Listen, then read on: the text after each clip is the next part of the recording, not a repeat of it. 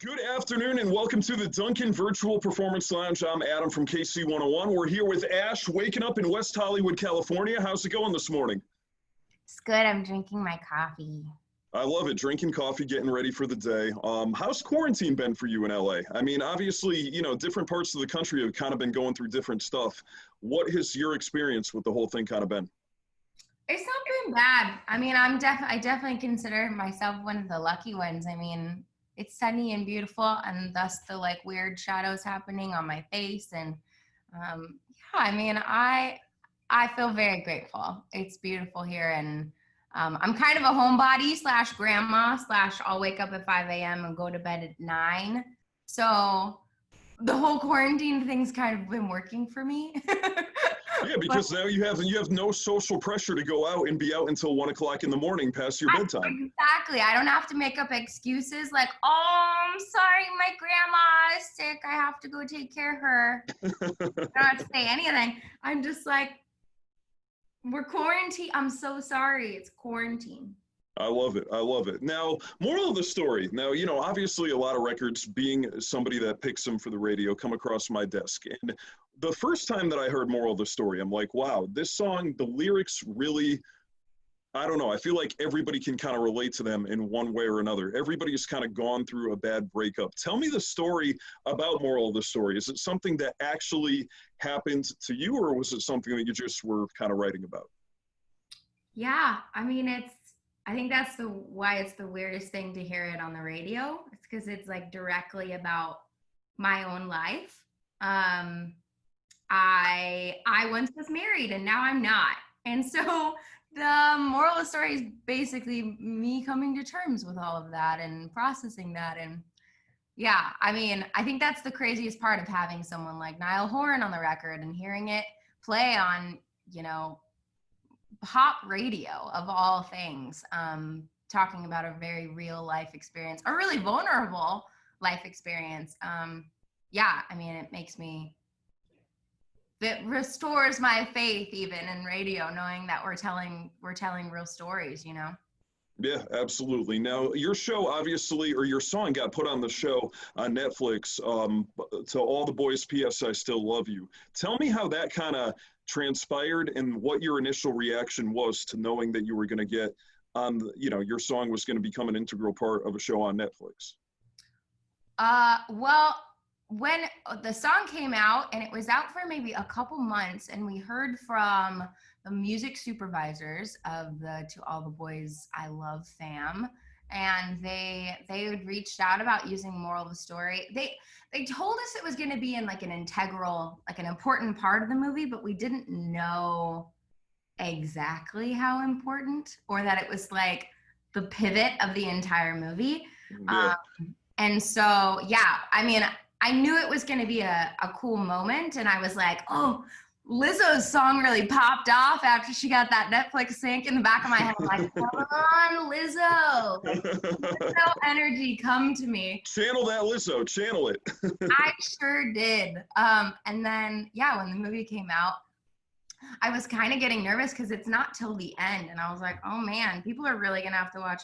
They're going to have to get to the end of the movie, to watch or listen to my song. And it ended up being the best possible thing. I totally freaked out and got really excited. And then within days of the movie coming out, we were doing 1 million streams per day on Spotify, and then 2 million. And we were like, Lizzo energy, let's go. Now, you kind of have been channeling that even up another level with the remix with Niall Horan. How did that come? Did you know Niall beforehand, or was that something that kind of got arranged otherwise? I wish I knew Niall beforehand, because I feel like we've been friends for our whole lives. I don't know, something about our Taurus Virgo energy or something. I don't know. But we connected post the song being out. He heard the record, and someone on his team actually at Capitol, a good friend of mine, Amanda Sammy, she had reached out about having him on the song, and we were like, we need him on this record. Yeah. I mean, it's not Horan. He's so great. And I had already been a massive fan. So yeah, within a couple of days we were on FaceTime and hanging out virtually. We haven't met in person yet, which is sad, but quarantine. Yep.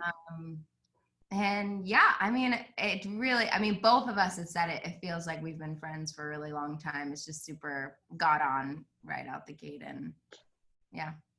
It's cool because on the remix, it doesn't feel forced. Like you hear some of them that feel a little bit forced. You hear a feature on a song that maybe feels a little bit out of place. And even though you guys haven't met, I think it flows really well into each other. Would you agree with that?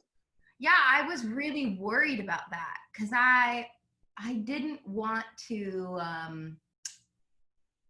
I didn't want to be that person who's like, my song popped off and then I got a famous person on the record and then ba like I really wanted it to be authentic and like full of integrity. And at the end of the day, my artistry and the music matters the most.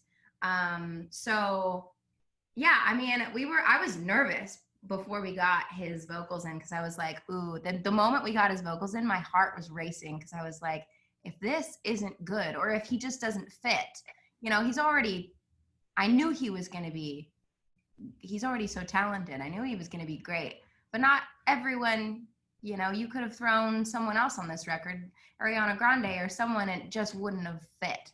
Absolutely. And it was like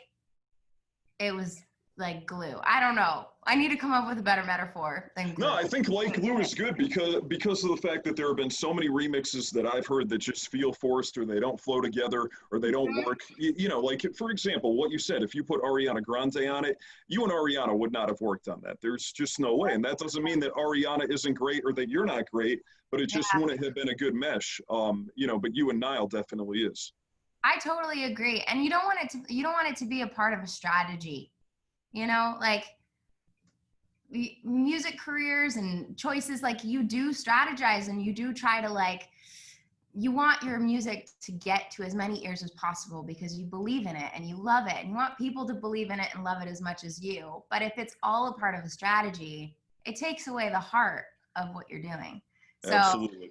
Yeah. So when Niall jumped on and we became, it was just like everything fell into place. It was like the universe was going, yep, you've known each other all along. He song. And yeah, I'm really proud of it. I love it. Now, I saw your TikTok of your reaction the first time that you heard the song on the radio, and that was great. I mean, we've all kind of seen how people react when they hear their song the first time on the radio. Tell me what that feeling was for you hearing it for the first time. Where were you when that TikTok happened? I was in my now broken down Saturn Ion. Love it. Love sitting down the street. I have to get a new car. It's in the ground. It's really interesting. Also, my brother used to smoke cigarettes, so there's a bunch of cigarette burns on the top of the roof, and just the car. I love my car. I learned how to drive in it. But anyways, I was in that car and parked. I was outside of a session. I was in the middle of a writing session. And I knew Mr. David Jacobs up there in the corner was like, song's going to play at this time, this station. If you want to, film yourself. And I thought I was going to be like, oh, yeah, everybody, whoa, it's my song. And then instead of that, I started bawling. It was just But the good thing about it is that it was such a good, authentic reaction, I feel like it wasn't fake. You see some people do that whole fist pump, yeah, let's go. And that feels a little bit more forced. You just had the most authentic reaction. Sorry, my New England came out right there with the fist pump. I'm sorry. Like it. Yeah, I definitely couldn't have, I don't think I can recreate it, obviously. Yeah. I think I'm probably a terrible actress. So it was definitely a moment of real, just it was just super emotional and it was really cool. Absolutely. Yeah. We've got Ashe here in the Duncan Virtual Performance Lounge with KC 101. We've got Natalie, Juliana, and Victoria here. I think we're going to open it up for them to ask a question. But first, before we do that, I want to know, did your lawyer really say, where'd you find this guy? Did your lawyer actually say that? Oh, I love when people follow up on this question. She sure did. That's But amazing. she was far less polite. I think she threw a curse word in there. She threw a couple F-bombs in there. I like it. Yeah, she's a classy broad, my divorce attorney. I love it. I love it. All right, Natalie, Juliana, or Victoria, do you want to ask anything to Ashe? Just raise your hand and we'll unmute you. Like, raise your hand physically. All right, Victoria. Hello. Hi. Well, Hi, first Victoria. off, I love you. I love you It's too. amazing just to see like how this story, like I think you've talked about before how, teenagers, for example, are relating to the story, even though it's about divorce. And I think it's amazing to see that.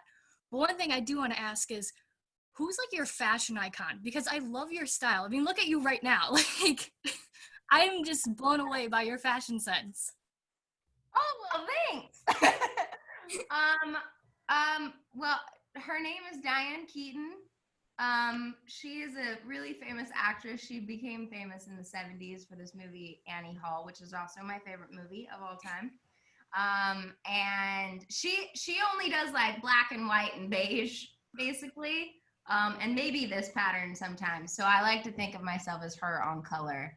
But yeah, she's probably my biggest inspiration. Also, Cher in the 70s was pretty hot. She has some good outfits. Thanks. No one ever asked me that question. That makes me feel so good. So, oh, I just dropped something. We're good. Thanks, Victoria. It's nice to meet you. Thank you, Victoria. That was a great question. Juliana or Natalie, do you guys have anything? All right, Natalie. Woo. Hi, Natalie. Hi, I love you. You're awesome. I love seeing like all your TikToks. I think they're great, especially during this time where we're all kind of, like in our homes. And I love seeing like your covers. I think you've done like Harry Styles, like Dua Lipa, and I wondered like if you could like duet or cover a song of like someone's, like you did with Niall. Like who would you choose? Like out in the world, a real release or on TikTok? Either or. Okay. Well, I can do whatever I want on TikTok, which is fun.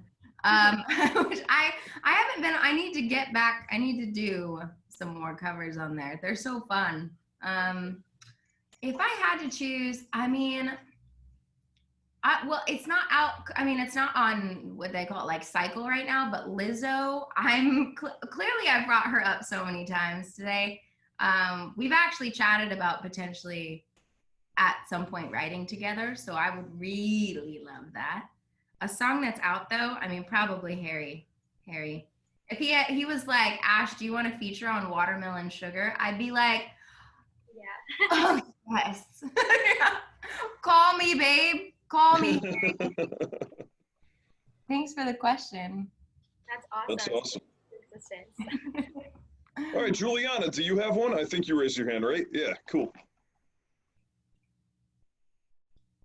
Hi. Oh, you're still Oh, muted. she's still on mute. She's still on mute. Let the woman speak. Hi, how are you? I'm good. How are you? So first off, when I first heard the song in the movie, I probably listened to it over 100 times on repeat because I was obsessed with it. And I told all my friends, I'm like, you have to listen to this song. It's really, really good. She's going to be really big. And then my question for you is, who are your musical inspirations? That's really nice of you, by the way.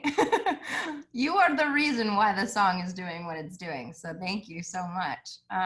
Keep telling everybody. My biggest musical inspirations.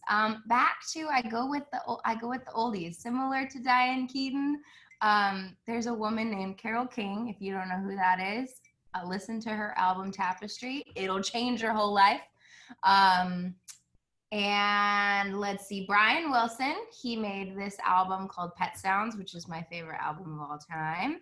Did I just say that about Carole King's album too? Both really great albums.